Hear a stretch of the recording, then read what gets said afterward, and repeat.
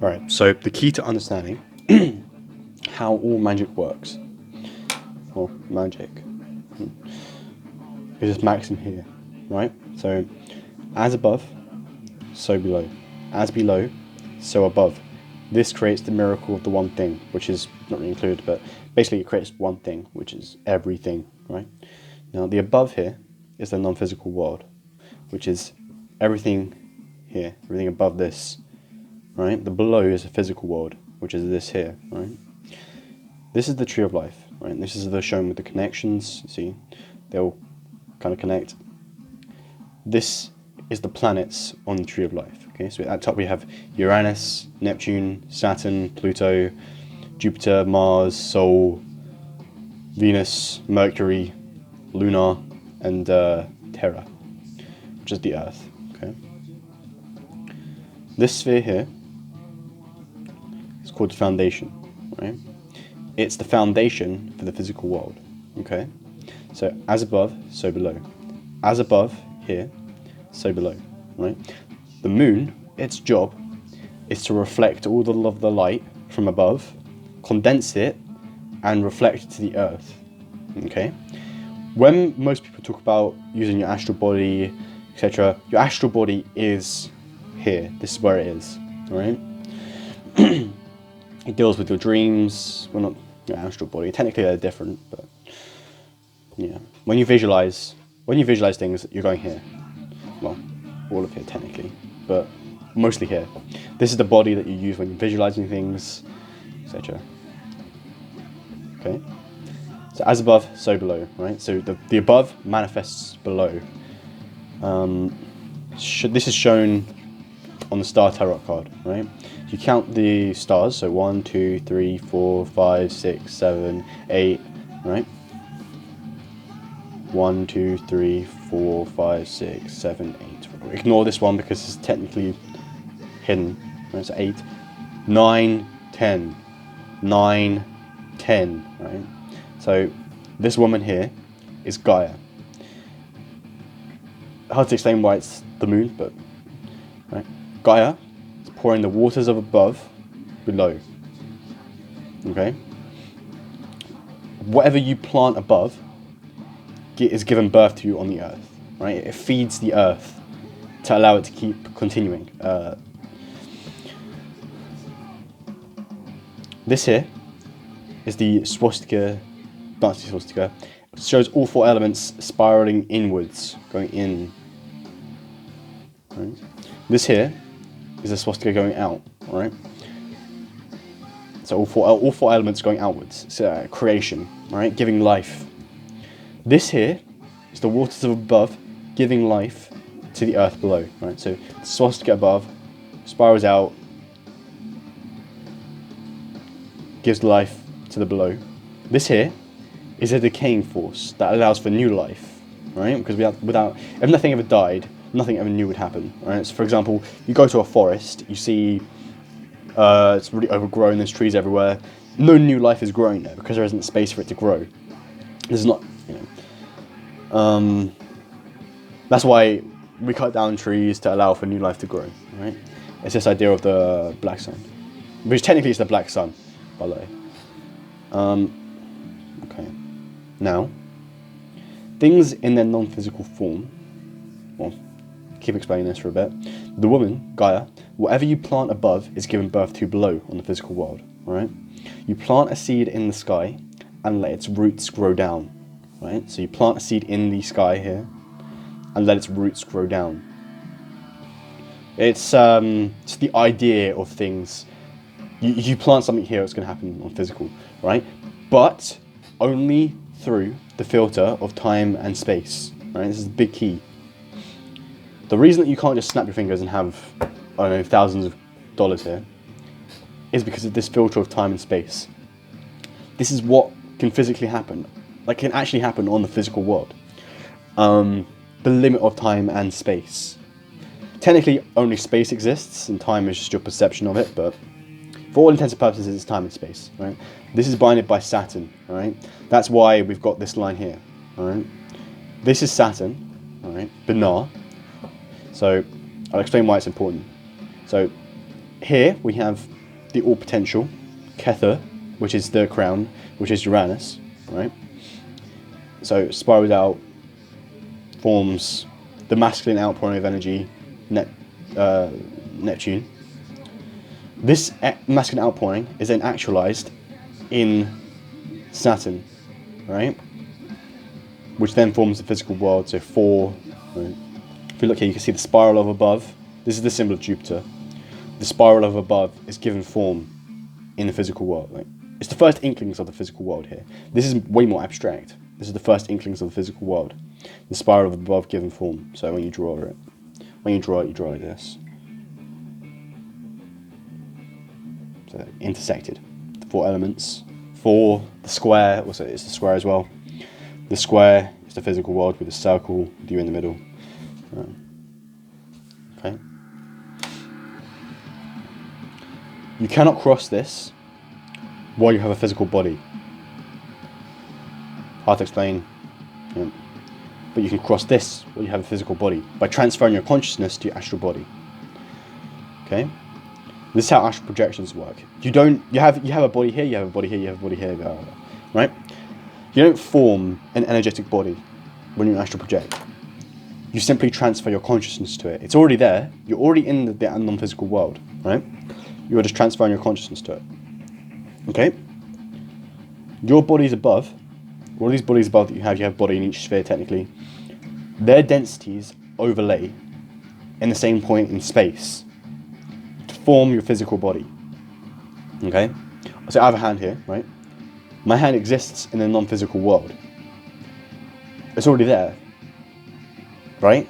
So if you don't have protection in a non-physical world in the form of, religions, etc., paganism, if you don't have any protections by any entities, etc., you're not protecting yourself with the lesser banishment ritual, the pentagram, etc., then you are essentially defenseless in the astral world. And that's why you've got all these, everyone has entities around them. Right? When people first astral project, they see these entities, and they're like, "Oh, blah blah blah. I see this bad thing in the astral world. Don't go to the astral world. Evil is devils and blah blah." No, those entities are trying to scare you back into your body so that you don't wake up, right? Because the moment you become aware of them, you have way more power than them, right? You beat the fuck them, right? You beat them up, blah, get them to fuck off, yeah. And obviously that's not what they want because they want to feed off of you. Now, there's a lot to go through, so essentially the separation between them is through vibrations. Now, when people talk about vibrations, it's a bit iffy, but everything vibrates at different frequencies, right? The physical world, it's matter vibrating at different frequencies with energy contained as potentials, okay? But the above, the non-physical, it's a different type of matter vibrating at different frequencies. So you can say it's dark matter, whatever, but in the same way that it's like light. Light is technically it's non-physical because it has no mass, has no matter, right? But it still behaves as though it does have mass, and it still interacts with the physical world. Like, see, I go, bam, bam, right? It still interacts with the physical world in the same way that the non-physical world interacts with the physical world. Not in the same way, but it's similar. Just a similar explanation, okay? So, as above, so below. Things manifest through the filter of time and space, all right? And to push it through that filter, you have to do physical work to make it happen, okay? If you just keep visualizing things and doing those rituals, etc., if you don't actually go outside to make it happen, it's not going to happen, right? You can do all these rituals and everything, try and get money, but if you don't put any effort in, even the minimum amount of effort of just walking, right? Or if you're trying to start up a business, you can't just make do a ritual, and then instantly have a business, right? You can't just expect it to happen. You have to put in the physical work. You reap what you sow, and that is the limit of time and space. The reason that we are here in the physical world is to experience things and toil on the physical world. It's like the physical world is like a stone, right? The physical is like a stone that you can either let crush you, or you can lift up, right? And train yourself against it. That's the reason we're here, to train ourselves against that rock, right? To turn our souls from lead to gold, right?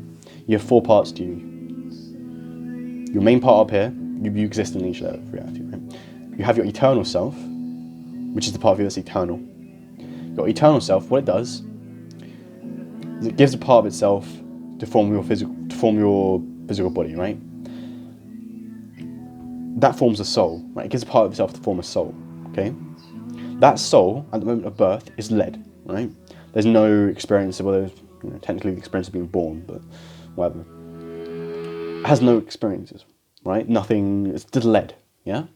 And the process of life is turning that lead to gold through experiencing things. And then when you die, you're eternal, you go back up, kind of. So lots of other things happen as well, which I don't fully understand yet. But now your higher self exists in the sun. Well, this is how we understand it. We understand it exists in the sun, which is your higher self is you free from all trappings, right? So if your soul, which is lead, now the reason it's associated with the sun is because it's like gold. Yeah, your higher self is you the best you can possibly be in your current incarnation, your current soul, the best it can possibly be, free from all trappings and brainwashing. Blah. The nature of reality is so that you can, at any point, there is always a path to becoming your higher self. Otherwise, what's the reason for being here? You know, there is always a path to becoming your higher self, right? It already exists here. It's already here. You just have to make it happen, right? One of the first goals of Magick is going up through the filter of time and space, experiencing the astral, your dreams, keep recording them, etc., and then going up once again to meet your higher self. Find out what your highest ideals are, and then bringing those back down and making them happen physically. Through physical work, you make them happen.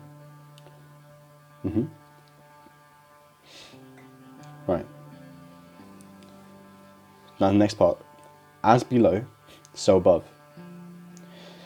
As you have a physical body here, you have influence over the non-physical world.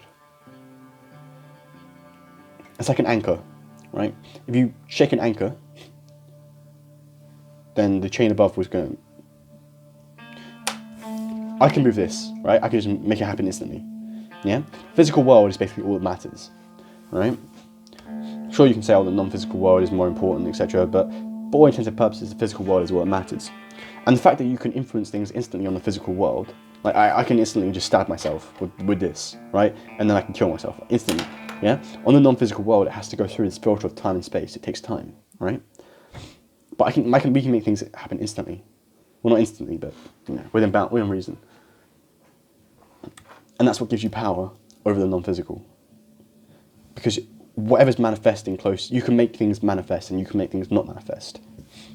What I mean by that is, you've got all these things trying to manifest, everything's trying to manifest all at once, right? This is the all potential, right? The all possibility, the non-physical world. This is the potential for everything to happen. Everything is held within here, all right? This is everything that has happened. There are near infinite amount. For all intents and purposes, it's an infinite amount, all right? But technically, that's not an infinite amount. There are an infinite amount. Technically, there is not an infinite amount. But for all intents and purposes, for understanding, there's an infinite amount of timelines. Well, no, there isn't. There isn't an infinite amount of timelines, okay? But there's a lot. There's a fuck ton, okay? And they're all happening simultaneously all at once, right? It's timeline. So you have the non-physical, the physical, okay? Everything's trying to manifest. Like, this is everything, right? It's all trying to happen. Yeah?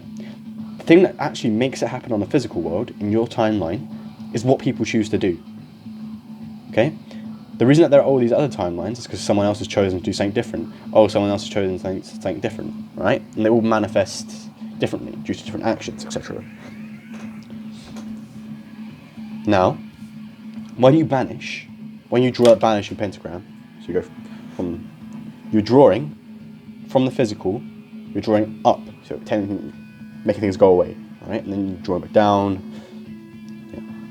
What it does, it's basically just telling things to fuck off from your physical world, from your reality, all right? So you're telling things are trying to manifest, and everything that you don't want to happen, you're basically just telling it to fuck off, right? You've got all of these. Maybe someone's trying to curse you or something. Whatever has like the most sway over the physical world will make it happen, right?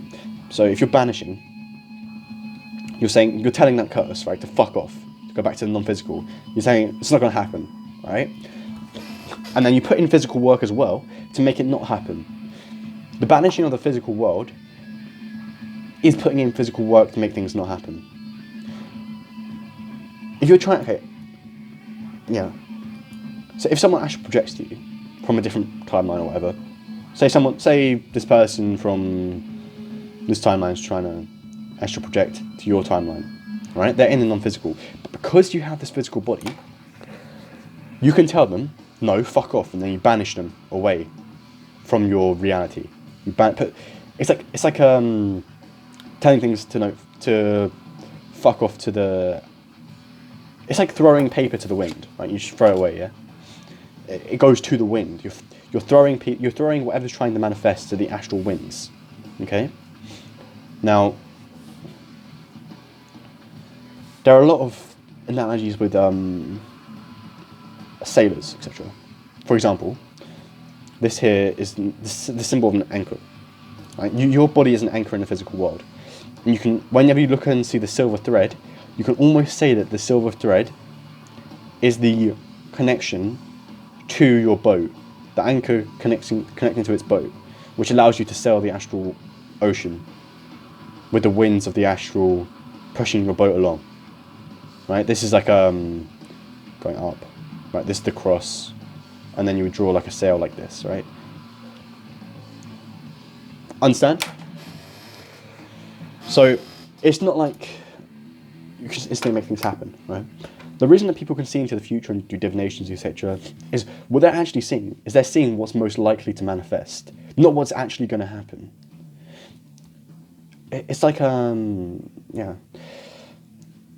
you dream, you're seeing a combination of all the things in the astral world, along with your own mind and what's going on in your life currently.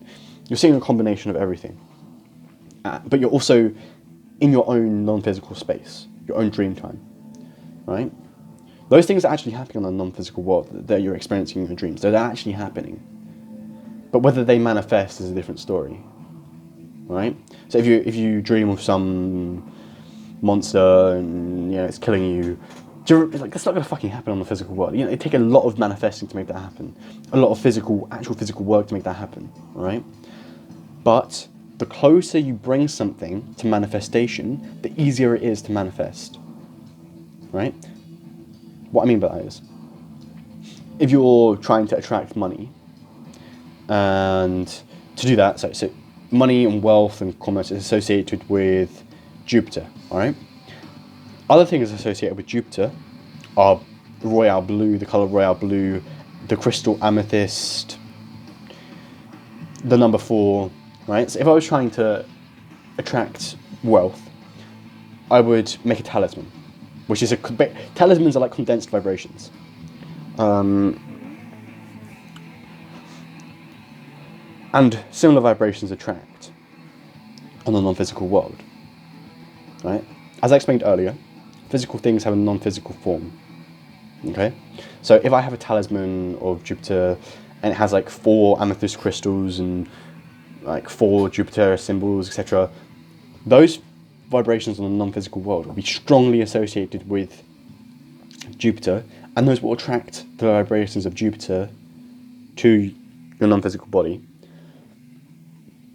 which will then influence what manifests in the physical world. So you're kind of bringing it to you, making it more likely to happen. It's not like things happen instantly. This is a big misconception. But that is why they don't happen instantly, because of this filter of time and space and how,